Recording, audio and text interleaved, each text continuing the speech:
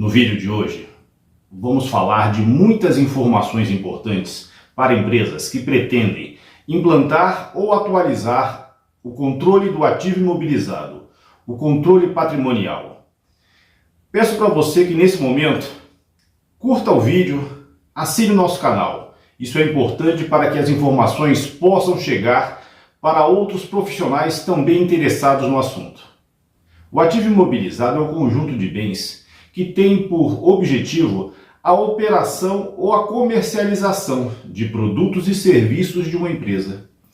O ativo imobilizado é classificado no grupo do balanço patrimonial do ativo não circulante, subdividido em dois grandes grupos: custo de aquisição e depreciação acumulada.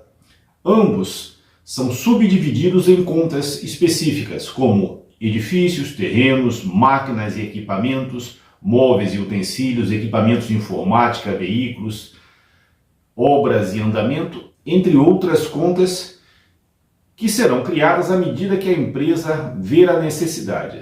Quando os gestores da empresa definem a necessidade da realização de um projeto patrimonial, é importante estar claro quais são os objetivos desse controle patrimonial. Será apenas o controle físico dos bens ou também o controle físico monetário? Dessa forma, é fundamental, após essa definição, colocar em prática um planejamento para a realização de todo um projeto para implantação. É importante estar atento que o planejamento é fundamental para o sucesso. Uma vez definido ou planejado de forma incorreta, ou deixando de lado algumas etapas, o risco desse projeto vir a não dar certo é grande. Por isso, o planejamento deve ser feito de forma minuciosa, detalhado, especificando cada uma das etapas desse projeto. Um outro detalhe importante é saber se, independente de ser feito inventário ou inventário e avaliação, se todo esse trabalho, todo esse levantamento será ajustado à contabilidade. Se os números apontados ou os bens levantados no controle patrimonial serão cruzados e amarrados com a contabilidade. Isso é importante para que, no processo do planejamento, seja definido as etapas onde isso irá acontecer. Um outro ponto importante é com relação aos ativos que farão parte desse projeto. Serão todos os bens que existem na empresa ou apenas os bens com grande valor monetário? O CPC 27 é muito claro quando define o corte com relação a valores. No CPC 27 é definido que bens acima de R$ 1.200 não podem ser deixados de ser tratados como ativo imobilizado. Entretanto, há empresas que ativam bens com valores inferiores, como exemplo, impressoras, telefones celulares, mesas, cadeiras, entre outros.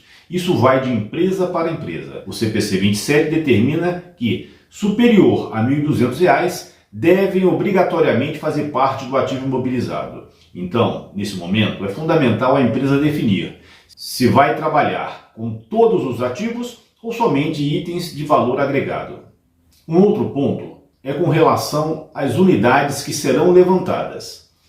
Quando falamos unidades, são as unidades físicas da empresa, filiais, outros CNPJs, outras plantas. É importante que todo esse desenho, todo esse planejamento contemple essas unidades. Isso porque, uma vez que a empresa opte em fazer o ajuste contábil, unidade alguma pode ficar de fora. Do contrário, o ajuste vai ser feito de forma incorreta e bens poderão ser deixados de lado. Isso acaba sendo um grande erro no planejamento do projeto patrimonial. Um fator crucial na questão do ativo imobilizado é definir quem irá realizar esse projeto. Muitas empresas, buscando reduzir custos e despesas, optam em colocar uma equipe própria para realizar o projeto patrimonial.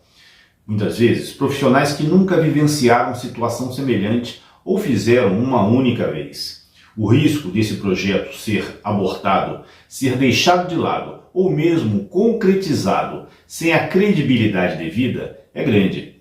Isso porque, com certeza, ocorrerão processos em que a equipe irá se deparar com obstáculos e, caso não haja experiência e vivência em outros projetos, não saberão a forma correta de resolver, de solucionar tal situação.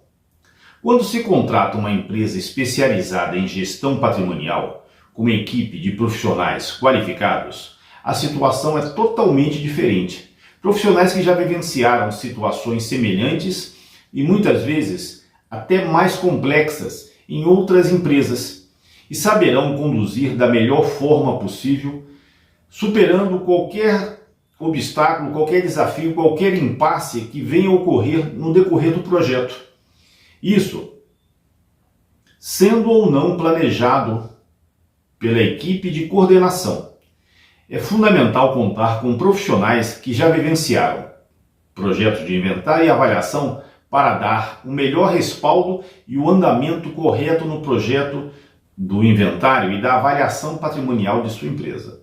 Um outro fator também importante é com relação a quais informações serão catalogadas em todo o processo.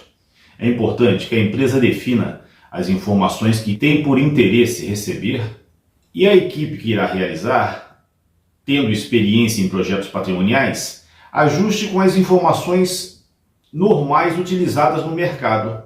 Dessa forma, uniformiza-se as informações e pode-se então colocar em prática o levantamento patrimonial.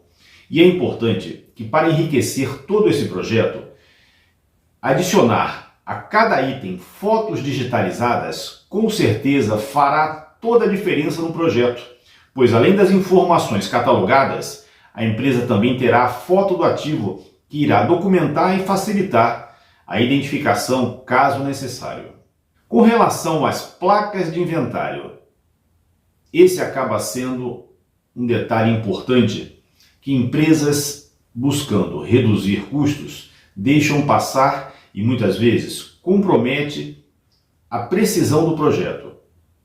Quando falamos em placas de ativo imobilizado, é importante saber o tipo de ativo que será inventariado. Serão móveis e utensílios, máquinas, onde esses bens estão alocados, expostos ao tempo, a altas temperaturas.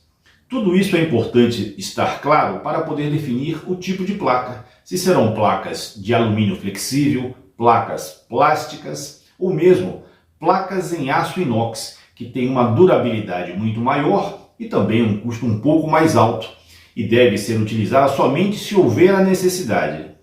Outro ponto importante com relação às placas é a tecnologia que será utilizada. A empresa usa ou tem intenção de utilizar a tecnologia RFID? Caso seja de interesse, as placas de RFID são uma tecnologia totalmente diferenciadas e devem ser produzidas parte para bens metais e parte para bens não metais, para que se evite problemas futuros. Há também as placas com QR Code e o código de barras. São as mais comuns utilizadas no mercado. E para concluir a questão das placas, um ponto importante é o volume de placas a ser produzido. Muitas vezes as empresas, sem saber a quantidade exata de ativos, compram uma quantidade limitada de placas. Esse erro sua empresa não pode cometer. O ideal, em razão das placas terem um valor insignificante diante do projeto, é comprar uma quantidade bem superior ao número de ativos. Isso porque, no decorrer do projeto, não podemos deixar faltar placas. Caso isso ocorra, o processo deverá ser paralisado e aguardar a confecção de novas placas. Isso pode levar dias e semanas. E durante essa paralisação, poderá ocorrer movimentação de ativos, onde se perde a precisão de todo esse processo de inventário. O ideal é ter placas em quantidade superior às que serão utilizadas, e essas placas poderão ficar em estoque na sua empresa para futuras aquisições. Quando se define as plantas que serão inventariadas, é importante atentar-se num fator que muitas empresas acabam deixando de lado: bens em poder de terceiros ou bens de terceiros em nosso poder. É importante saber diferenciar essa situação e saber também definir se existem ativos em poder de terceiros. clientes, parceiros, funcionários ou fornecedores. Isso é muito comum. E caso esses bens tenham uma representatividade monetária, ou seja, tenham um valor alto, é fundamental que esses ativos sejam inventariados, sejam validados. Caso contrário, caso os bens que estejam em poder de terceiros não tenham um valor contábil alto, a evidenciação desses bens pode ser feita por meio da circularização, um procedimento aceito pelas principais auditorias, que é muito comum utilizado, desde que de forma padronizada.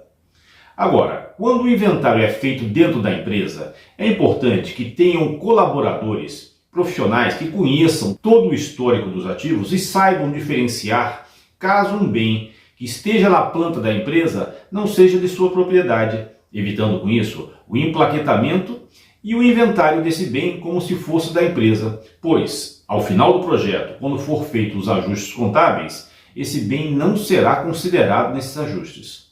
A conciliação físico-contábil. Esse processo, quando o inventário é realizado pela equipe própria, acaba sendo deixado de lado sem sequer ser percebido. A conciliação é fundamental no processo de inventário e avaliação patrimonial. A conciliação consiste em cruzar as informações que a empresa detinha antes do inventário, seja essa informação contábil ou extracontábil, com as informações catalogadas no levantamento físico. Dessa forma, é possível identificar quais bens ficaram de fora e qual o valor desses bens. Isso é importante para evitar que bens de grande valor sejam esquecidos ou mesmo estejam em outra localidade e não foram evidenciados no levantamento físico, entretanto, fazem parte do patrimônio da empresa. Por meio da conciliação, é facilmente identificável situações como essa, e o processo de conciliação não pode ser deixado de lado no projeto completo de inventário e avaliação patrimonial.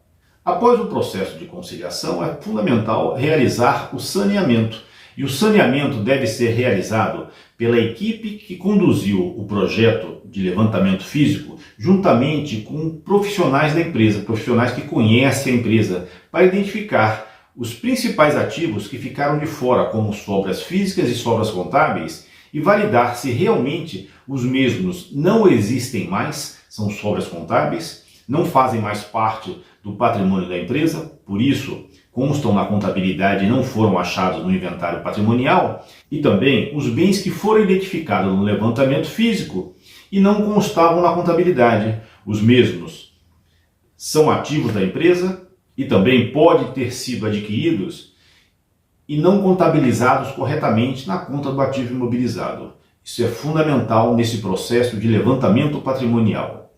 A avaliação patrimonial é importantíssima num projeto como esse.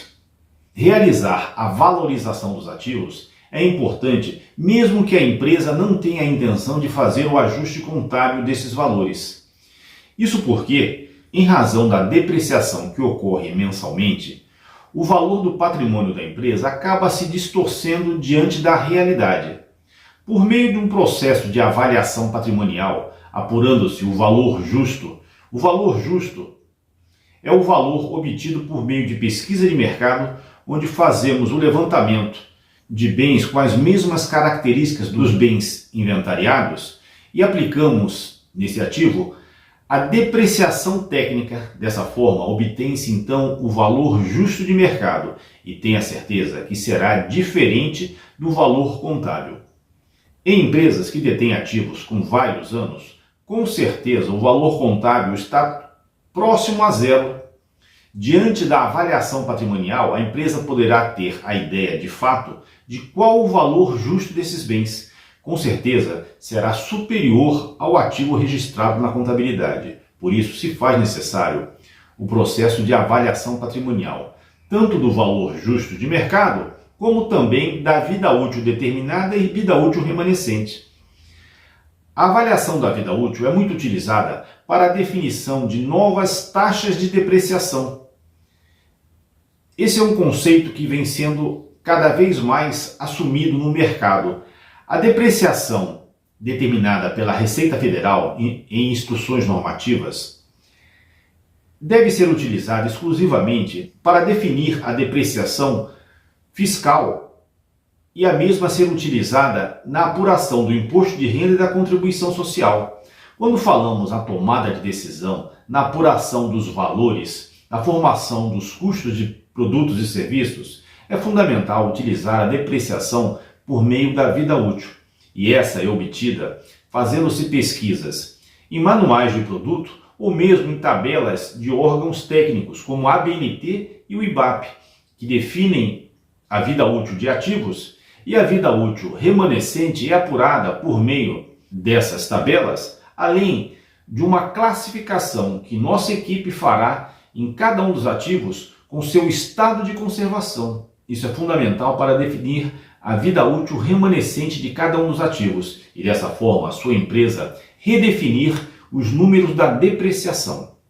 Um outro item importante com relação à avaliação patrimonial é o teste de recuperabilidade, o teste de impairment. Isso é fundamental para empresas que são tributadas pelo lucro real e também empresas que são auditadas. Isso porque a Lei 6.404/76 determina que, caso haja alterações relevantes no mercado, na continuidade dos produtos, mudanças tecnológicas, variações cambiais ou outras mudanças que possam comprometer o valor dos bens, a empresa realize o teste de recuperabilidade dos ativos. O que é esse teste? Esse teste tem por objetivo fazer a avaliação por dois critérios: a avaliação do valor justo de mercado, que é a obtenção do valor do ativo por meio da similaridade, ou a avaliação do valor em uso, que é a capacidade desse ativo de gerar riqueza à empresa. Por meio desses dois critérios de avaliação, o maior dos dois chamamos de valor recuperável do ativo. E esse valor recuperável deve ser comparado ao valor líquido contábil. O valor líquido contábil é o resultante do custo de aquisição deduzido da depreciação acumulada no período e também de ajuste de impairments de exercícios anteriores. Caso o valor líquido contábil esteja superior ao valor recuperável, será então necessário que sua empresa realize o ajuste de impairment. Do contrário, nada deverá ser feito, mas todo esse cálculo deverá ser apresentado a empresas de auditoria para mostrar que a empresa está reportando no balanço patrimonial informações consistentes. Uma observação importante na questão do ajuste de impairment. Caso a empresa efetive ajuste de impairment de um ou mais itens, é importante ficar atento que essa despesa contabilizada no resultado da empresa é indedutível para fins de imposto de renda. Há muitas empresas que acabam se beneficiando de forma incorreta do ajuste de impairment. O mesmo é indedutível. O ativo ajustado no resultado poderá ser utilizado para fins de imposto de renda somente no momento de sua realização, não com provisões como o ajuste de impairment. É importante estar atento a esse fato. Ao final de todo esse processo, tanto do levantamento patrimonial, do inventário, da conciliação e após isso, a avaliação patrimonial, é importante que de posse de todas essas informações, do laudo do inventário e avaliação, do relatório analítico item a item, das fotos digitalizadas, que a empresa consolide essas informações e possa então colocar em prática os ajustes contábeis. Os ajustes têm por objetivo deixar os números apurados no controle patrimonial de acordo com os números da contabilidade. Com certeza, os ajustes devem ser, após análise, os menores possíveis, exceto se a empresa nunca realizou tal inventário ou se o mesmo foi realizado há anos. Com certeza, quanto maior a distância entre um inventário e outro, a probabilidade dos ajustes serem maiores é grande. Mas o importante nesse momento é colocar a casa em ordem, fazer os ajustes e, após isso, acompanhar periodicamente as movimentações de aquisições, baixas e transferências dos ativos para evitar que novos ajustes sejam realizados em novos inventários. E finalizando o processo, é importante que a empresa contratada para realizar todo esse processo de inventário e avaliação patrimonial dê o devido suporte tanto a contabilidade, controladoria, como também a auditoria, caso a empresa seja auditada, demonstrando e esclarecendo as informações contidas nos laudos e nos relatórios, os critérios utilizados e as inconsistências identificadas. Isso para que a empresa possa fazer uma revisão de seus procedimentos e conduzir da melhor forma possível. A AXS Consultoria Empresarial está há mais de 10 anos realizando projetos de inventário e avaliação patrimonial para empresas em todo o território nacional, empresas do segmento de serviços industrial e comercial, independente do volume de ativos. Nossos trabalhos são realizados por meio de ferramentas tecnológicas, aplicativos e software. E buscamos atender normas técnicas da ABNT, do IBAP e também a legislação contábil por meio do CPC 01 e do CPC 27, além da legislação 6404 e 1163807.